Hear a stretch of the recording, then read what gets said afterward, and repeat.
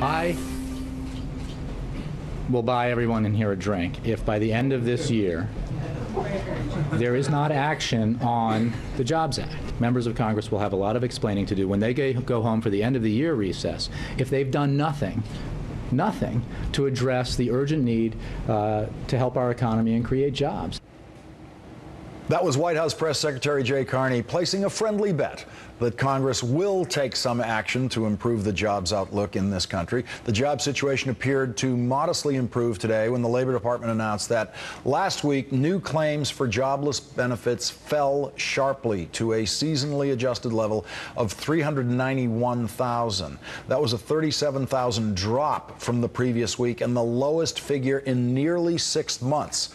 The mayor of New York, a former job creator himself and a former Republican who now operates politically as an independent and happens to be a billionaire, warned recently that there could be riots in the streets if Washington doesn't get serious about generating jobs.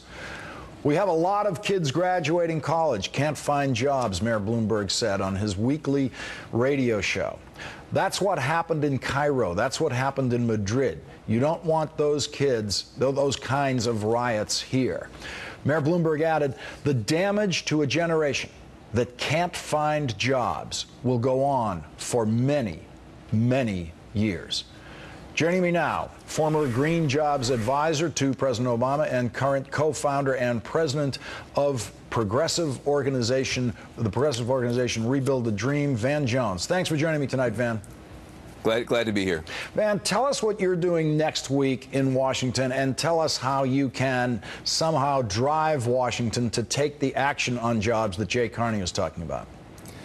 Well, first of all, I think everybody should hold on to your seats. October is going to be the turning point when it comes to the progressive fight back. You can see it coming. When Warren Buffett comes out and says, look, we got to do something to raise taxes and to do better by America, and you've got these young kids who are going out there on Wall Street. You called it. You said you got young people, they're good kids, they've graduated from college. Some of them have gone over there, fought wars, and come back and can't find a job. There's a generation of Americans that's looking around saying, what is the American dream going to look like for me? They're going to be standing up. We are a part of something called the American Dream Movement. We're having a huge summit on Monday, Tuesday, and Wednesday. Come. You can go to rebuildthedream.com and find out more about it. We are going to build a progressive counterbalance to the Tea Party.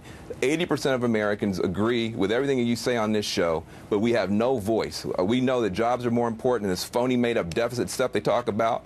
We know that people who have done well in America should do well by America and start paying America back in the form of more fair taxes. The people who benefited from the bailouts and from the tax breaks should start paying America back. They're doing great. Everybody else is suffering. That is 80% of the majority, and we're going to now have a voice. And you're going to see an American fall, an American autumn, just like we saw the Arab Spring. You can see it right now with these young people on Wall Street. Hold on to your hats. We're going to have an October offensive to take back the American dream and to rescue America's middle class. Van, I want you to listen to what Chris Christie said at the Reagan Library in California. This was a much praised speech across the board. All the analysts are saying how great it is. I thought it was filled with some really pernicious lies, particularly about President Obama, who he most insultingly called a bystander in the Oval Office, which is just an outright lie, and we know that, yes. And you work there and you know that. Absolutely. But here's the section of the speech where Chris Christie was talking about the people at the upper end of our income class, the people who actually do have more that they can contribute both to this society and to the revenue stream of the federal government. Let's listen about how Chris Christie characterized the president's view of these people. Let's listen. It's outrageous. I've seen it. President Obama prepares to divide our nation to achieve re-election. This is not a leadership style. This is a re-election strategy. Telling those who are scared and struggling that the only way their lives can get better is to diminish the success of others. Trying to cynically convince those who are suffering that the American economic pie is no longer a growing one that can provide more prosperity for all who work hard.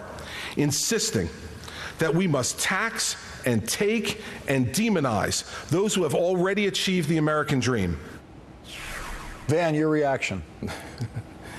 Well, you know, it's horribly insulting what he's saying. First of all, we know that the American pie is growing. In fact, the American pie is bigger this year than it was last year. The GNP is growing. It's not that the pie isn't growing.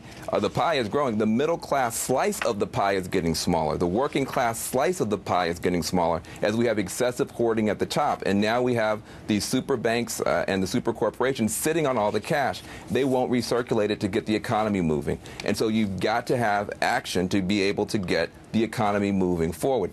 Now, here's the deal.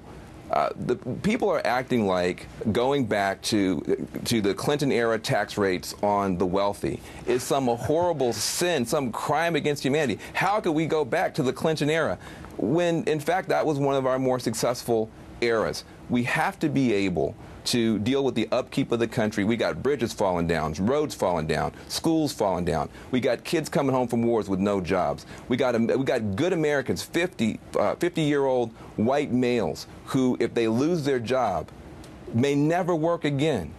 That's wrong. They should be teaching the young workers how to do a trade. Well, if we were to pass the president's jobs bill and start fixing the bridges, fixing the roads, those men could get up off the couch, they could begin to feed their families and teach the next generation. That is not un-American. The middle class was built in this country. It wasn't a gift from the corporations. It didn't fall out of the sky. It was built brick by brick because we had tax fairness. Look, our businesses do well in America because we set them up to succeed, and we should. You can't become a billionaire in Bangladesh very easily. You can become a billionaire here because we give you the roads, we give you the workforce, we give you all those things. And when you do badly, you shouldn't pay us back. But when you do well, pay us back and pay fair taxes. That's not un-American, that's fair. Yeah, Van, you'd never know listening to the Republicans that all the president's talking about is a 4 percentage point increase in the top tax bracket. Van Jones of the American Dream Movement, thank you very much for joining me tonight, and good luck next week in Washington. Thank you very much.